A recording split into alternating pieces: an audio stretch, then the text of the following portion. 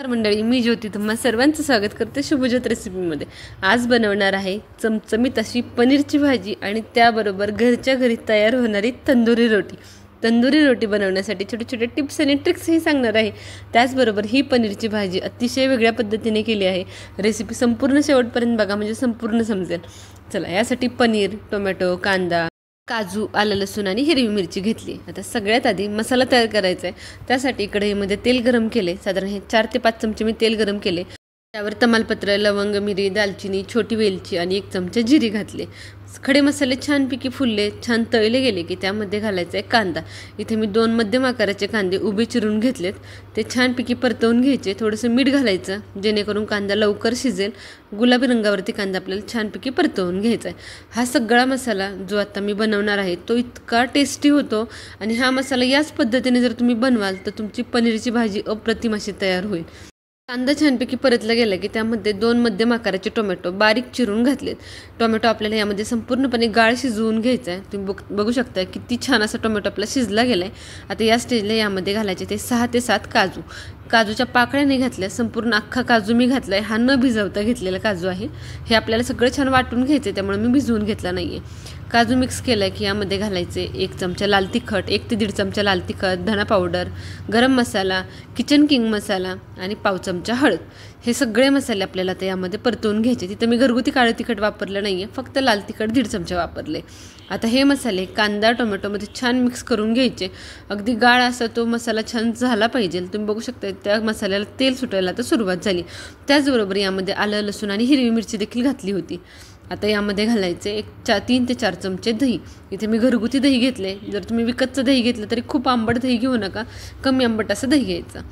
4 चमचे दही घातल्यानंतर हा मसाला परत एकदा छान मिक्स करून घ्यायचा आणि अगदी तेल सुटेपर्यंत परतवून घ्यायचा आहे। जेवढा तुमचा हा मसाला छान होईल तेवढी तुमची भाजी 1 नंबर होणार आहे। चला, आता मसाला छानपैकी इथे भाजला गेला आहे। आता यामध्ये आपल्याला घालायचं आहे ते पाणी घालून आपल्याला हा मसाला एक 5 ते 6 मिनिटं छानपैकी शिजवून घ्यायचा आहे, कारण ह्याची आपल्याला एक स्मूथ अशी पेस्ट तयार करून घ्यायची। पाणी घातल्यानंतर मसाला छान पाण्याबरोबर मिक्स करून घ्यायचा आणि झाकण ठेवून एक 5 ते 6 मिनिटं ह्याला छान आपण उकळून शिजवून घ्यायचं आहे। तोपर्यंत इकडे रोटीची तयारी करून घेऊयात। एका बाउलमध्ये मी घेतले 2 कप मैदा। त्यामध्ये घालायचं आहे पाव चमचा साखर, पाव चमचा ईस्ट। इथे मी ड्राय ईस्ट घेतले, ते अगदी पाव चमचा घालायचे। त्यानंतर चवीनुसार मीठ घालायचे। ज्यावेळेला आपण पिठामध्ये ड्राय ईस्ट घालतो त्यावेळेला आवर्जून चिमूटभर साखर घाला, त्यामुळे ईस्ट आपलं फर्मेंट व्हायला मदत होते। त्याचबरोबर आता यामध्ये घालायचे पाणी। हे कोमट पाणी घेतले मी, जास्त थंड पाणी न घेता कोमट पाण्याने हा डो संपूर्णपणे छानपैकी भिजवून घ्यायचा आहे। आता हा डो मळत असताना हाताने अगदी छानपैकी त्याची मालिश करत करत आपल्याला मळून घ्यायचं आहे। आपल्या साध्या कणकेसारखा न मळता त्याची जेवढी तुम्ही छान मालिश कराल तेवढा तुमचा डो छान होणार आहे आणि त्यामुळे तुमच्या रोटीला टेस्टही खूप छान येणार आहे। आता वरून छानपैकी थोडंसं 2 चमचे तेल घालून घ्यायचं आणि आता तेल घातल्यानंतरही त्याला छान मळून घ्यायचं आहे। तुम्ही बघू शकता मी हाताच्या सहाय्याने कशा पद्धतीने मळून घेते, अगदी हाताची मूठ करून त्याला छान मालिश करून घेते। चला, अशा पद्धतीने छानपैकी हा डो मी मळून घेतला आहे। आता हा डो आपल्याला एक अर्ध्या तासासाठी रेस्टला बाजूला ठेवून द्यायचा आहे। अर्ध्या तासामध्ये डो छानपैकी रेस्ट होतो, छानपैकी तो फुलला जातो आणि आपली तंदुरी रोटी देखील परफेक्ट अशी तयार होते। चला, तोपर्यंत आपला मसाला बघूयात। पीठ छान मळून झालं तेवढ्या वेळामध्ये मसाला आपला छानपैकी इथे शिजला गेला आहे। इतका सुंदर असा वास येतो ह्या मसाल्याचा। पाणी घातल्यामुळे कांदा टोमॅटो अजूनच छानपैकी शिजले गेले। त्याचबरोबर काजू आपण जे भिजवून घेतले नव्हते ते काजू देखील छानपैकी आता शिजले गेलेत, त्यामुळे ह्याची संपूर्ण पेस्ट अगदी स्मूथ अशी तयार होते आणि फ्लेवरही खूप छान येतो। चला, आता मिक्सरला एक छानपैकी ह्याची पेस्ट तयार करून घेऊयात। चला, इथे पेस्ट तयार करून घेतली आहे। तुम्ही बघू शकता किती स्मूथ अशी ह्याची पेस्ट तयार झाली आहे। चला, आता पुढची कृती बघूयात। आता कढई आपण गरम करायला ठेवले। आता कढईमध्ये जो काही कढईला मसाला लागलाय तो संपूर्णपणे आपण ह्या पाण्यामध्ये काढून घ्यायचा आहे। यामध्ये मी साधारण 1 ग्लास पाणी घातलंय। ह्या पाण्याला आपण थोडंसं गरम करून घ्यायचंय। पाणी मी अजून थोडंसं वाढवले, तर संपूर्ण मी 1 ते 1.25 ग्लास पाणी घेतले। या पाण्यामध्ये आपल्याला आपण जे काही वाटण केलं होतं, जी प्युरी केली होती ती घालून घ्यायची। पद्धत थोडीशी वेगळी आहे। ही वेगळी पद्धत वापरल्यामुळे या पनीरच्या भाजीला खूप छान चव येते। आपण नेहमी मसाला तेलामध्ये परतवतो आणि त्यानंतर पुढची कृती बघतो। परंतु आज मी डायरेक्ट पाण्यामध्ये हा सगळा मसाला घालून घेतला आहे. आता पाण्यामध्ये हा मसाला घातल्यानंतर छानपैकी मिक्स करून घ्यायचा. कढईला जो काही कढईला मसाला लागला आहे तो देखील काढून घ्यायचा आणि ह्याला छानपैकी एक उकळी आणायची. तेल आपण अगोदर मसाले परतवताना टाकलं होतं, त्यामुळे नंतर मी तेलात मसाला परतवला नाही आहे, कारण तो सगळा परतला गेला होता. सगळे इन्ग्रेडियंट छानपैकी भाजले गेले होते, त्यामुळे त्याला डायरेक्ट मी आता पाण्यात टाकून छानपैकी शिजवून घेतले. शिजवत असतानाच यामध्ये चवीनुसार मीठ घालायचे. मीठ सुरुवातीला कांदा टोमॅटो परतत असताना देखील आपण घातलं होतं, त्यामुळे अंदाजे घाला. त्याचबरोबर सगळ्या टेस्ट बॅलन्स व्हाव्यात म्हणून चिमूटभर साखर घातली आहे आणि वरून 1 चमचा भाजलेली कसुरी मेथीची पूड घालून घेतली आहे. आता त्याचबरोबर यामध्ये पनीरचे 2-3 पीसेस घेऊन ते हाताने छानपैकी कुस्करून या भाजीमध्ये घालायचेत, म्हणजे त्याचं एक रवाळ छान स्ट्रक्चर आपल्या तोंडामध्ये खाताना येतं. आवर्जून पनीर कुस्करून घाला, खूप छान लागतं खाताना. चला तर हे देखील यामध्ये छानपैकी मिक्स करून घ्यायचे. अतिशय अप्रतिम अशी भाजी होते. या भाजी पुढे एखादी हॉटेलमधली सुद्धा महागातली पनीरची भाजी फिक्की पडेल, एवढी टेस्टी भाजी होते.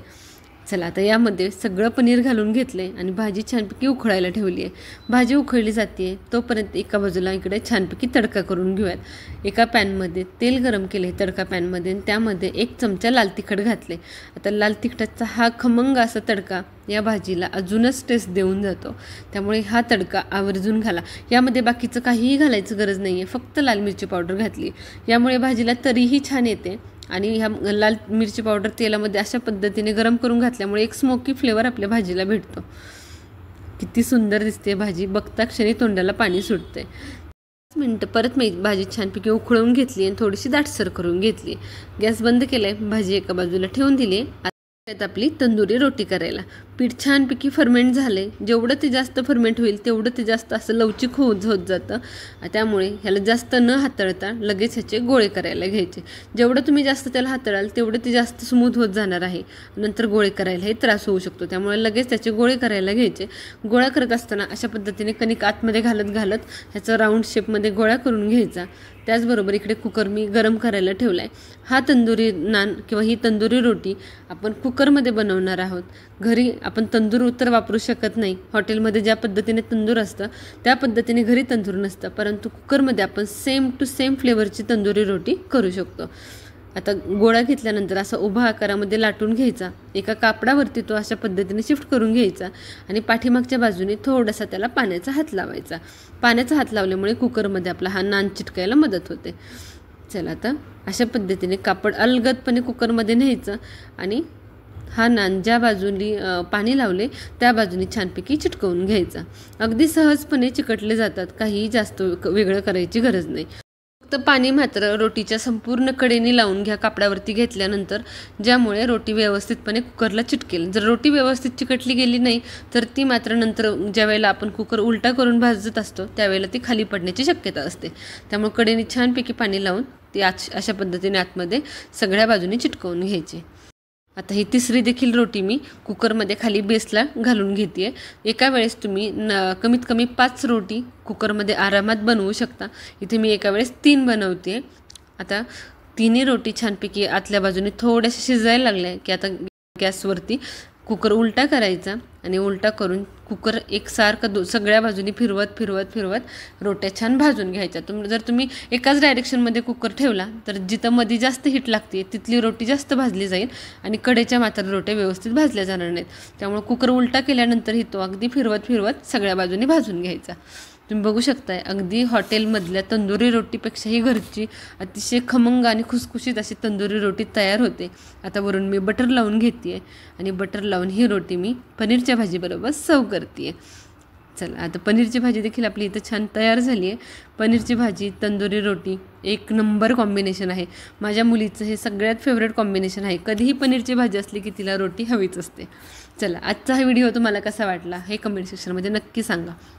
व्हिडिओमध्ये सांगितलेल्या सगळ्या टिप्स आणि ट्रिक्स फॉलो करून तुम्ही देखील ही तंदुरी रोटी आणि पनीरची रेसिपी एकदा नक्की ट्राय करून बघा.